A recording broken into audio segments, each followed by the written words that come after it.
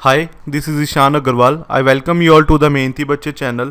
I hope ਤੁਸੀਂ ਸਾਰਿਆਂ ਨੇ ਮੇਰੇ ਪ੍ਰੀਵੀਅਸ ਲੈਕਚਰ ਜ਼ਰੂਰ ਦੇਖੇ ਹੋਣਗੇ। ਅਗਰ ਜੋ ਸਟੂਡੈਂਟ ਇਹ ਵੀਡੀਓ ਦੇਖ ਰਿਹਾ ਹੈ ਤੇ ਉਹਨੇ ਮੇਰੇ ਪ੍ਰੀਵੀਅਸ ਲੈਕਚਰ ਨਹੀਂ ਦੇਖੇ ਤਾਂ ਮੇਰੀ ਰਿਕੁਐਸਟ ਹੈ ਪਹਿਲਾਂ ਤੁਸੀਂ ਪ੍ਰੀਵੀਅਸ ਮੇਰੀ ਵੀਡੀਓਜ਼ ਦੇਖ ਲਓ, ਜਿਸ ਨਾਲ ਤੁਹਾਨੂੰ ਅੱਜ ਦਾ ਲੈਕਚਰ ਸਮਝਣ 'ਚ ਕੋਈ ਦਿੱਕਤ ਨਾ ਆਵੇ। ਤੇ ਮੈਂ ਤੁਹਾਨੂੰ ਸਾਰਿਆਂ ਨੂੰ ਇੱਕ ਰਿਕੁਐਸਟ ਕਰਨਾ ਚਾਹੂੰਗਾ, ਵੀਡੀਓ ਦੇਖਣ ਦੇ ਨਾਲ ਉਹਨੂੰ ਲਾਈਕ ਜ਼ਰੂਰ ਕਰ ਦਿਆ ਕਰੋ, ਜਿਸ ਨਾਲ ਸਾਨੂੰ ਨੈਕਸਟ ਵੀਡੀਓ ਬਣਾਉਣ 'ਚ ਮੋਟੀਵੇਸ਼ਨ ਮਿਲਦੀ ਹੈ। ਤੇ ਜੋ ਸਟੂਡੈਂਟਸ ਨੇ ਹਜੇ ਤੱਕ ਇਹ ਚੈਨਲ ਸਬਸਕ੍ਰਾਈਬ ਨਹੀਂ ਕੀਤਾ ਤਾਂ ਪਲੀਜ਼ ਉਹ ਚੈਨਲ ਨੂੰ ਸਬਸਕ੍ਰਾਈਬ ਕਰ ਲਓ ਤੇ ਬੈਲ ਆਈਕਨ ਨੂੰ ਪ੍ਰੈਸ ਕਰ ਦਿਓ, ਜਿਸ ਨਾਲ ਤੁਹਾਨੂੰ ਆਉਣ ਵਾਲੇ videos the notification time to time ਮਿਲਦੀ ਰਹੇ। ਸੋ ਅੱਜ ਦਾ ਲੈਕਚਰ ਹੈ ਆਪਣਾ ਜਰਨਲ ਐਂਟਰੀਜ਼ ਦੇ ਰਿਲੇਟਿਡ। ਇਸ ਦੇ ਉੱਪਰ ਮੈਂ ਤੁਹਾਨੂੰ 3 ਵੀਡੀਓਜ਼ ਬਣਾ ਕੇ ਦਊਂਗਾ। ਆਪਾਂ 3 ਪਾਰਟਸ ਜਰਨਲ ਐਂਟਰੀਜ਼ ਦਾ ਟੌਪਿਕ ਹੈ ਉਹ ਕਵਰ ਕਰਾਂਗੇ। ਸੋ ਇਹ ਸ਼ੁਰੂ ਕਰਨ ਤੋਂ ਪਹਿਲਾਂ ਮੈਂ ਪ੍ਰੀਵੀਅਸ ਵੀਡੀਓ ਦਾ ਆਪਣਾ ਇੱਕ ਡਾਊਟ ਕਲੀਅਰ ਕਰਨਾ ਚਾਹੁੰਦਾ ਜੋ ਕਿ ਤੁਹਾਨੂੰ ਆ ਰਿਹਾ ਸੀਗਾ। At the beginning of an accounting year, a club has assets worth rupees 19,000, liabilities rupees 5,000 and rupees 1,800 as a debit balance of income and expenditure account. The opening capital is. So, ਇਹ question 'ਚ ਆਪਾਂ ਨੂੰ ਪੁੱਛਿਆ ਕਿ opening capital ਕੀ ਹੈ ਤੇ ਆਪਾਂ ਨੂੰ ਕੀ ਕੁਝ ਗਿਵਨ ਹੈ। ਇੱਕ ਐਸੈਟ ਗਿਵਨ ਦਿੱਤੀ ਹੋਈ ਹੈ, ਇੱਕ ਲਾਇਬਿਲਿਟੀਜ਼ ਗਿਵਨ ਹੈ ਤੇ ਉੱਪਰ ਆਪਾਂ ਨੂੰ ਇੱਕ ਦਿੱਤਾ ਹੋਇਆ debit balance of income and expenditure account. Income and expenditure account ਮੈਂ ਤੁਹਾਨੂੰ ਦੱਸਿਆ ਸੀ ਕੀ ਹੁੰਦਾ, ਇਹ P&L ਅਕਾਊਂਟ ਹੁੰਦਾ ਤੇ ਡੈਬਿਟ ਬੈਲੈਂਸ ਦਾ ਮਤਲਬ ਹੁੰਦਾ ਨੈਟ ਲਾਸ, ਕਿਉਂਕਿ ਡੈਬਿਟ ਸਾਈਡ ਆਪਣੀ ਬੜੀ ਹੈ। ਡੈਬਿਟ ਬੈਲੈਂਸ ਦਾ ਮਤਲਬ ਹੋ ਗਿਆ ਆਪਣੀ P&L ਦੀ ਡੈਬਿਟ ਸਾਈਡ ਬੜੀ ਹੈ, ਜਿਸ ਨਾਲ ਆਪਣੇ ਕੋਲ ਜਿਹੜਾ ਬੈਲੈਂਸ ਆ ਉਹ ਨੈਟ ਲਾਸ ਆਇਆ। ਦੇਖੋ ਤੁਹਾਨੂੰ ਅਕਾਊਂਟਿੰਗ ਸਟੇਟਮੈਂਟ ਮੈਂ ਯਾਦ ਕਰਨ ਲਈ ਕਿਹਾ ਸੀਗਾ, asset equal to liabilities plus capital.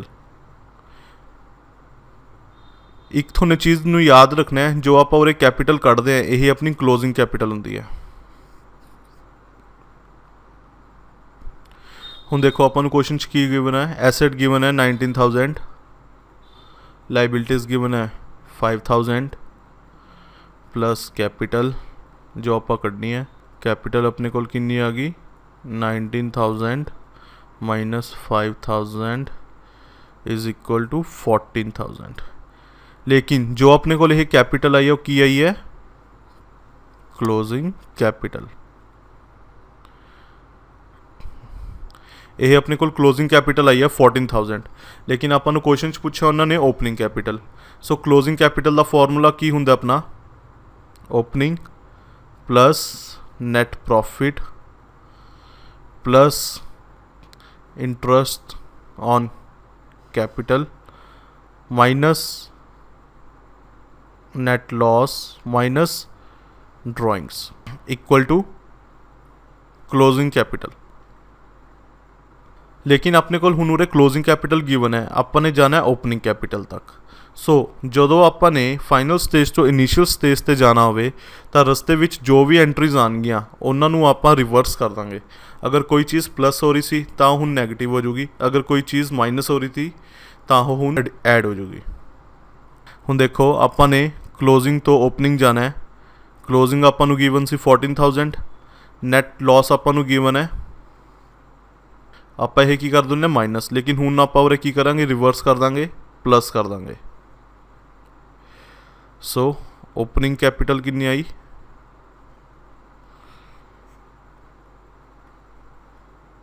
15,800। I hope थोड़ा डाउट क्लीयर हो गया होगा। हुण आप अपना आज का लैक्चर शुरू करते हैं जर्नल एंट्रीज का।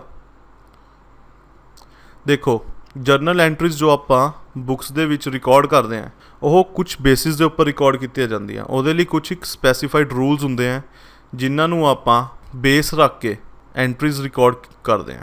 हुण देखो वो रूल्स है किहड़े, ये बहुत ही सिंपल रूल है। थोड़े एक रूल याद रख लेना है, थोड़ा दूजा रूल अपने आप याद हो जाऊगा। हुण देखो अगर थोड़ी कोई एसेट इनक्रीज हो रही है तो वो थोड़ी डैबिट होगी, अगर थोड़ी कोई एसेट डिक्रीज हो रही है तो वो क्रेडिट होगी। तुसी एसेट का याद रख लो, थोनू लाइबिलिटीज़ का अपने आप याद हो जाऊगा। क्यों?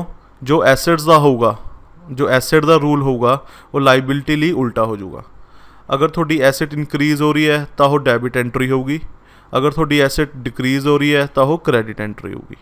तो लाइबिलिटी लिए यह रूल उल्टा है, अगर थोड़ी लाइबिलिटी डिक्रीज हो रही है तो वो डैबिट एंट्री होगी, अगर थोड़ी लाइबिलिटी इनक्रीज हो रही है तो वो क्रेडिट एंट्री हो जाएगी। सो तुसी एक रूल याद रख लो, कि अगर इंक्रीज़ इन एसेट है डैबिट, डिक्रीज़ इन एसेट है क्रेडिट। तो अगर लाइबिलिटीज़ अगर तुसी ਇਹਦਾ याद रखना होगा ਉਹਨੂੰ उल्ट कर दो। अगर डिक्रीज़ इन लाइबिलिटीज़ होया तो डैबिट, अगर इंक्रीज़ इन लाइबिलिटी होया तो क्रेडिट। सो ਇਹ रूल ਨੂੰ ਆਪਾਂ ਨੇ याद रखना है। जो भी क्वेश्चन आऊगा ਆਪਾਂ ਉਹ क्वेश्चन ਨੂੰ इस रूल ਦੇ व्यू ਨਾਲ देखना है। सब तो पहला ਆਪਾਂ ਉਸ 'ਚ ਕੀ ਦੇਖਾਂਗੇ कि ਆਪਾਂ ਨੂੰ क्वेश्चन 'ਚ ਕੀ ਚੀਜ਼ਾਂ गिवन है, कि उस एसेट ਕਿਹੜੀ है, उस लाइबिलिटी की है।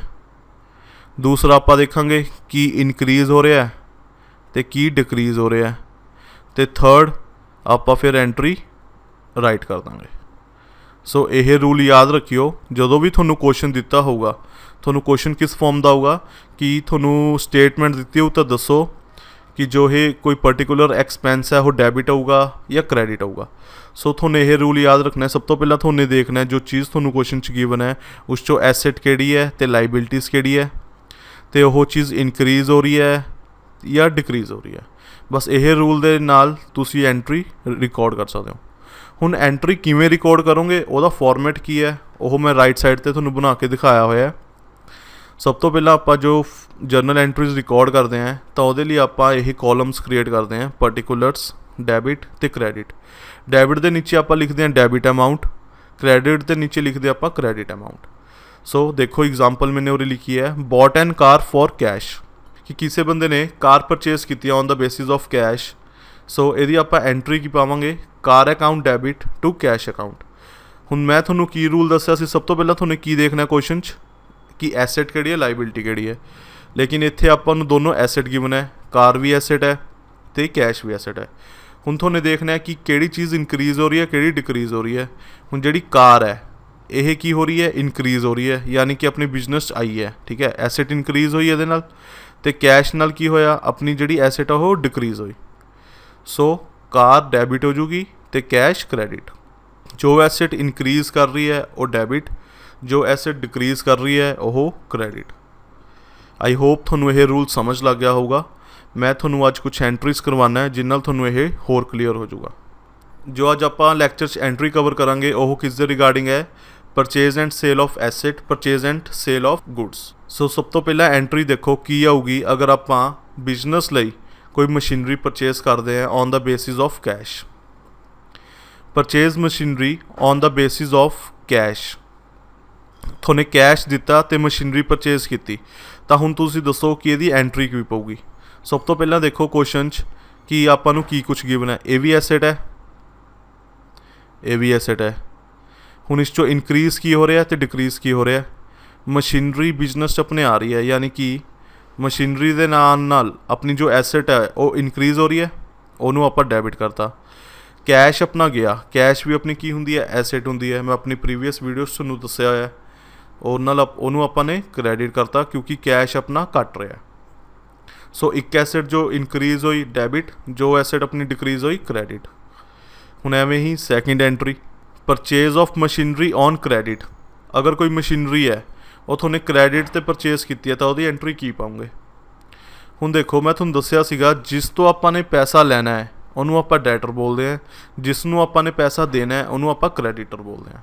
हुण सब तो पहला देखो एसेट की है, लाइबिलिटी की है। मशीनरी की है एसेट, तो क्रेडिट क्रेडिटर हो गया, यानी कि अपने उधार से खरीदी, अपने लोगों को पैसे देना है तो यही अपनी की होगी लाइबिलिटी। सो अपने मशीनरी परचेज की है उधार से, यानी कि आपने मशीनरी खरीद ली, आपने हजे किसी परसन को पैसे देने हैं तो वह परसन अपने लिए की होया क्रेडिटर। तो क्रेडिटर का मैं थोनू एक होर नाम दस्या सीगा, आप क्रेडिटर नू की लिखते होंगे हैं, अकाउंट पेएबल, कि यानी कि आपने हजे ये बंदे के पैसे देने हैं। सो यदि एंट्री की पै जूगी, की इनक्रीज़ हो रहा अपना मशीनरी अकाउंट डैबिट, तो अपनी जो लाइबिलिटी है वो की हो रहा है, वो भी इनक्रीज़ हो रही है। क्यों? क्योंकि आपने उधार ते माल खरीदा to account payable.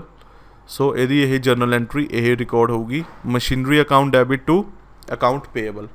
Account payable तो अगर आपको परसन का नाम गिवन होवे तो आप परसन का नाम लिख देंगे जिस तो आपने परचेज की है। लाइक अगर लिखा होंगे purchase of machinery on credit from Mohan, so आप एंट्री की पास कर दे machinery account debit to Mohan account. क्योंकि जो आप उधार ते माल खरीदते हैं ਤਾਂ ਉਹਦੇ ਨਾਲ ਆਪਣੀ ਲਾਇਬਿਲਿਟੀਜ਼ ਇਨਕਰੀਜ਼ ਹੁੰਦੀਆਂ ਨੇ। ਜਦੋਂ ਆਪਾਂ ਕੈਸ਼ ਤੇ ਖਰੀਦਦੇ ਆ ਉਹਦੇ ਨਾਲ ਆਪਣੀ ਲਾਇਬਿਲਿਟੀਜ਼ ਇਨਕਰੀਜ਼ ਨਹੀਂ ਹੁੰਦੀਆਂ ਕਿਉਂਕਿ ਆਪਾਂ ਉਹਨੂੰ on the basis of cash purchase ਕਰ ਰਹੇ ਹਾਂ। ਹੁਣ ਦੇਖੋ ਇੱਧਰ sale of machinery for cash. ਹੁਣ ਸੇਲ ਕੀਤੀ ਹੈ ਤੁਹਾਨੇ ਮਸ਼ੀਨ ਨੂੰ ਜਿਹੜੀ ਤੁਹਾਨੇ ਪਰਚੇਸ ਕੀਤੀ ਸੀ on the basis of cash. ਹੁਣ ਸਭ ਤੋਂ ਪਹਿਲਾਂ ਦੇਖੋ ਕਿ ਐਸੈਟ ਕੀ ਹੈ, ਲਾਇਬਿਲਿਟੀ ਕੀ ਹੈ। ਮਸ਼ੀਨਰੀ ਐਸੈਟ ਹੈ, ਕੈਸ਼ ਕੀ ਹੈ, ਐਸੈਟ ਹੈ। ਸੋ ਮਸ਼ੀਨਰੀ ਤੁਹਾਨੇ ਸੇਲ ਕੀਤੀ ਹੈ, ਇਹਦੇ ਨਾਲ ਤੁਹਾਡੀ ਐਸੈਟ ਕੀ ਹੋਈ, ਡਿਕਰੀਜ਼। ਤੇ ਤੁਹਾਨੂੰ ਮਸ਼ੀਨਰੀ ਜਦੋਂ ਤੁਸੀਂ ਕੋਈ ਚੀਜ਼ ਸੇਲ ਕਰੋਗੇ ਕੀ ਆਊਗਾ ਤੁਹਾਡੇ ਬਿਜ਼ਨਸ ਦੇ ਅੰਦਰ, ਕੈਸ਼ ਆਊਗਾ। ਤਾਂ ਸੋ ਜੋ ਕੈਸ਼ ਐਸੈਟ ਹੈ ਉਹ ਆਪਣੀ ਕੀ ਹੋਈ, increase. So cash account debit to machinery account. ਐਵੇਂ ਹੀ ਸੇਮ ਤੁਹਾਨੇ ਕੋਈ ਮਸ਼ੀਨਰੀ ਸੀਗੀ ਉਹਨੂੰ ਕ੍ਰੈਡਿਟ 'ਤੇ ਸੇਲ ਕਰਤੀ। ਸੋ ਜਿੱਤੋਂ ਤੁਹਾਨੇ ਪੈਸੇ ਲੈਣੇ ਉਹ ਤੁਹਾਡਾ ਡੈਟਰ ਹੋਇਆ ਅਤੇ ਡੈਟਰ ਨੂੰ ਆਪਾਂ ਕੀ ਕਰਨੇ ਆ, ਅਕਾਊਂਟ ਰਿਸੀਵੇਬਲ, ਯਾਨੀ ਕਿ ਆਪਾਂ ਨੇ ਇਹ ਬੰਦੇ ਤੋਂ ਪੈਸੇ ਹਜੇ ਰਿਸੀਵ ਕਰਨੇ ਆ। So account receivable account debit to machinery account. ਸਭ ਤੋਂ ਪਹਿਲਾਂ ਦੇਖ ਲਓ ਮਸ਼ੀਨ ਕੀ ਹੋਇਆ, ਐਸੈਟ ਔਨ ਕ੍ਰੈਡਿਟ, ਯਾਨੀ ਕਿ ਜਿਸ ਬੰਦੇ ਤੋਂ ਆਪਾਂ ਨੇ ਪੈਸੇ ਲੈਣੇ ਆ ਉਹ ਵੀ ਆਪਣਾ ਕੀ ਹੋਇਆ, ਐਸੈਟ ਹੋਇਆ। ਡੈਟਰ ਆਪਾਂ ਐਸੈਟ ਸਾਈਡ ਲਿਖਦੇ ਹੁੰਦੇ ਆ ਨਾ। ਸੋ ਆਪਣਾ ਕੀ ਵੱਧ ਰਿਹਾ ਜਦੋਂ ਆਪਾਂ ਉਧਾਰ 'ਤੇ ਮਾਲ ਵੇਚਾਂਗੇ, ਯਾਨੀ ਕਿ ਆਪਣੇ ਡੈਟਰਸ ਵੱਧ ਰਹੇ ਹੈ, ਉਹਨੂੰ ਆਪਾਂ ਲਿਖਤਾ ਡੈਬਿਟ 'ਤੇ। ਮਸ਼ੀਨਰੀ ਆਪਣੇ ਬਿਜ਼ਨਸ 'ਚੋਂ ਜਾ ਰਹੀ ਹੈ, ਐਸੈਟ ਡਿਕਰੀਜ਼ ਹੋ ਗਈ, ਉਹਨੂੰ ਆਪਾਂ ਲਿਖਤਾ ਕ੍ਰੈਡਿਟ 'ਤੇ। ਸੋ ਆਪਣੀ ਜਰਨਲ ਐਂਟਰੀ ਕੀ ਪਾਸ ਹੋਊਗੀ, account receivable to machinery account. I hope ਤੁਹਾਨੂੰ ਮਸ਼ੀਨਸ ਦੇ ਰਿਲੇਟਡ ਆ 4 ਐਂਟਰੀ ਸਮਝ ਲੱਗ ਗਈਆਂ ਹੋਣਗੀਆਂ। ਹੁਣ ਆਪਾਂ ਦੇਖਾਂਗੇ ਗੁੱਡਸ। ਅਗਰ ਆਪਾਂ ਪਰਚੇਜ਼ ਜਾਂ ਸੇਲ ਕਰਦੇ ਹਾਂ ਤਾਂ ਉਹਦੀ ਐਂਟਰੀਜ਼ ਕਿਵੇਂ ਪਾਉਂਦੇ ਆ ਅਤੇ ਕੀ ਨਾਮ 'ਤੇ ਪਾਉਂਦੇ ਆ। ਇਹ ਨਾਮ ਬਹੁਤ ਜ਼ਰੂਰੀ ਹਨ ਜੋ ਮੈਂ ਲਿਖੇ ਹੋਏ ਆ, ਤੁਸੀਂ ਇਸੀ ਵੇ ਨਾਲ ਯਾਦ ਰੱਖਣੀ ਹੈ ਐਂਟਰੀਜ਼ ਨੂੰ, ਕਿਉਂਕਿ ਅਗਰ ਤੁਹਾਨੂੰ ਕੁਐਸਚਨ ਗਿਵਨ ਹੋਊਗਾ ਐਗਜ਼ਾਮ 'ਚ ਤਾਂ ਉੱਥੇ ਇਹ ਵਰਡਿੰਗ ਹੀ ਯੂਜ਼ ਹੋਊਗੀ, ਅਕਾਊਂਟ ਪੇਏਬਲ, ਡੈਟਰਸ, ਐਸੈਟ, ਪਰਚੇਜ਼ਿਸ। ਉੱਥੇ ਤੁਹਾਨੂੰ ਕੋਈ ਹੋਰ ਵਰਡਿੰਗ ਨਹੀਂ ਦਿੱਤੀ ਹੋਊਗੀ, ਸੋ ਕਨਫਿਊਜ਼ ਨਹੀਂ ਹੋਣਾ ਹੈਗਾ। ਹੁਣ ਦੇਖੋ ਪਰਚੇਜ਼ ਗੁੱਡਸ ਔਨ ਕੈਸ਼। ਤੁਹਾਨੇ ਕੋਈ ਗੁੱਡਸ ਹੈ ਮਤਲਬ ਕਿ ਜਿਸ 'ਚ ਤੁਹਾਡਾ ਬਿਜ਼ਨਸ ਹੈ ਉਹੀ ਆਪਾਂ ਨੇ ਚੀਜ਼ਾਂ ਪਰਚੇਜ਼ ਕੀਤੀਆਂ ਨੇ, ਉਹਨੂੰ ਆਪਾਂ ਗੁੱਡਸ ਕਹਿ ਦਿੰਦੇ ਹਾਂ ਜਿਹਦੇ ਵਿੱਚ ਆਪਾਂ ਬਿਜ਼ਨਸ ਨੂੰ ਡੀਲ ਕਰਦੇ ਹਾਂ। Purchase goods on the basis of cash. So purchases account debit to cash. Purchases ਦਾ ਮਤਲਬ ਕੀ ਹੋਇਆ, ਸਟਾਕ ਆਪਾਂ ਨੇ ਪਰਚੇਜ਼ ਕੀਤਾ ਹੈ, ਗੁੱਡਸ ਪਰਚੇਜ਼ ਕੀਤੀ ਹੈ। ਮੈਂ ਤੁਹਾਨੂੰ ਪਹਿਲਾਂ ਵੀ ਦੱਸਿਆ ਸੀਗਾ ਜਦੋਂ ਆਪਾਂ ਗੁੱਡਸ ਪਰਚੇਜ਼ ਕਰਦੇ ਹਾਂ ਉਹਨੂੰ ਆਪਾਂ ਪਰਚੇਜ਼ਿਜ਼ ਲਿਖਦੇ ਹਾਂ। ਅਤੇ on the basis of cash, cash ਆਪਣੇ ਜਿਹੜਾ ਐਸੈਟਸ 'ਚੋਂ ਗਿਆ ਉਹਨੂੰ ਆਪਾਂ ਨੇ ਕੀ ਕਰਤਾ, ਕ੍ਰੈਡਿਟ। ਇੱਕ ਐਸੈਟ ਇਨਕਰੀਜ਼ ਹੋਈ, ਸਟਾਕ ਵੱਧ ਗਿਆ, ਆਪਣੀ ਐਸੈਟ ਹੁੰਦੀ ਹੈ, ਅਤੇ ਦੂਜੀ ਆਪਣੀ ਐਸੈਟ ਘਟ ਗਈ ਤਾਂ ਉਹਨੂੰ ਕ੍ਰੈਡਿਟ ਕਰਤਾ। ਹੁਣ ਇਹੀ ਗੁੱਡਸ ਨੂੰ ਅਗਰ ਆਪਾਂ ਸੋਲਡ ਕਰਦੇ ਹਾਂ ਤਾਂ ਉਹਦੀ ਐਂਟਰੀ ਆਪਾਂ ਕੀ ਪਾਵਾਂਗੇ।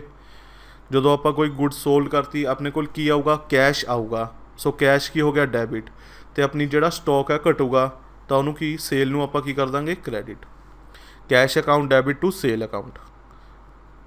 ਜਦੋਂ ਆਪਣਾ ਸਟਾਕ ਘਟਦਾ ਉਹਨੂੰ ਆਪਾਂ ਸੇਲ ਵਰਡ ਯੂਜ਼ ਕਰ ਦਿੰਦੇ ਹਾਂ, ਜਦੋਂ ਆਪਾਂ ਕੋਈ ਨਵਾਂ ਸਟਾਕ ਖਰੀਦਦੇ ਹਾਂ ਉਹਨੂੰ ਆਪਾਂ ਪਰਚੇਜ਼ ਵਰਡ ਯੂਜ਼ ਕਰਦੇ ਹਾਂ। ਇਹ ਹੋ ਗਿਆ ਆਪਣੀ purchase and sale of goods on the basis of cash. So ਇਹੀ ਜੋ ਗੁੱਡਸ ਹੈ ਤੁਸੀਂ ਕ੍ਰੈਡਿਟ ਦੇ ਉੱਪਰ ਪਰਚੇਜ਼ ਜਾਂ ਸੇਲ ਕਰਦੇ ਉਹਦੀ ਕੀ ਐਂਟਰੀਜ਼ ਆਉਣਗੀਆਂ। ਹੁਣ ਤੁਸੀਂ ਖੁਦ ਸੋਚੋ, ਪਰਚੇਜ਼ ਗੁੱਡਸ ਔਨ ਕ੍ਰੈਡਿਟ। ਸੋ ਕਿਹੜਾ ਅਕਾਊਂਟ ਡੈਬਿਟ ਹੋਊਗਾ, ਪਰਚੇਜ਼ ਅਕਾਊਂਟ। ਕਿਉਂ, ਤੁਹਾਡੀ ਜਿਹੜਾ ਸਟਾਕ ਹੈ ਇਨਕਰੀਜ਼ ਹੋ ਗਿਆ। ਅਤੇ ਕਿਹੜਾ ਅਕਾਊਂਟ ਤੁਹਾਡਾ ਕ੍ਰੈਡਿਟ ਹੋਊਗਾ, ਹੁਣ ਤੁਹਾਨੇ ਕ੍ਰੈਡਿਟ 'ਤੇ ਪਰਚੇਜ਼ ਕੀਤਾ ਹੈ, ਯਾਨੀ ਕਿ ਤੁਹਾਨੇ ਕਿਸੇ ਬੰਦੇ ਨੂੰ ਪੈਸੇ ਦੇਣੇ ਆ, ਤੁਹਾਡੀ ਜਿਹੜੀ ਲਾਇਬਿਲਿਟੀ ਹੈ ਇਨਕਰੀਜ਼ ਹੋ ਗਈ, ਉਧਾਰੀ ਵੱਧ ਗਈ, ਲਾਇਬਿਲਿਟੀਜ਼ ਇਨਕਰੀਜ਼ ਹੋ ਗਿਆ। ਰੂਲ ਕੀ ਸੀਗਾ, increase in liabilities equal to credit side. Account payable ਨੂੰ ਆਪਾਂ ਲਿਖਤਾ ਕ੍ਰੈਡਿਟ ਸਾਈਡ 'ਤੇ। ਦੇਖੋ ਰੂਲ ਉਹੀ ਹੈ, ਬਸ ਤੁਹਾਨੂੰ ਕੁਐਸਚਨ ਨੂੰ ਪੜ੍ਹ ਕੇ ਤੁਹਾਨੂੰ ਸਭ ਤੋਂ ਪਹਿਲਾਂ ਜੋ ਮੈਂ ਪੁਆਇੰਟਸ ਦੱਸੇ ਸੀਗੇ ਕਿ ਸਭ ਤੋਂ ਪਹਿਲਾਂ ਆਇਡੈਂਟੀਫਾਈ ਕਰੋ ਐਸੈਟ ਅਤੇ ਲਾਇਬਿਲਿਟੀ ਕੀ ਹੈ ਅਤੇ ਇਨਕਰੀਜ਼ ਅਤੇ ਡਿਕਰੀਜ਼ ਕੀ ਹੋ ਰਿਹਾ ਹੈ। ਇਹ 2 ਚੀਜ਼ਾਂ ਯਾਦ ਰੱਖੋਗੇ ਤੁਹਾਡੀ ਐਂਟਰੀ ਪਾਸ ਹੋ ਜੂਗੀ। ਹੁਣ sold goods on credit, goods ਕੀ ਆਪਣੀ ਐਸੈਟ, ਕ੍ਰੈਡਿਟ 'ਤੇ ਤੁਹਾਨੂੰ ਸੋਲਡ ਕੀਤੀਆਂ, ਯਾਨੀ ਕਿ ਤੁਹਾਡੇ ਡੈਟਰਸ ਇਨਕਰੀਜ਼ ਹੋ ਗਏ, ਤੁਹਾਨੂੰ ਲੋਕਾਂ ਤੋਂ ਪੈਸੇ ਲੈਣੇ ਆ, ਉਹਨੂੰ ਆਪਾਂ ਐਸੈਟ ਸਾਈਡ 'ਤੇ ਲਿਖ ਦਿੰਦੇ ਹਾਂ ਡੈਟਰਸ ਨੂੰ। So account receivable account debit to sales account.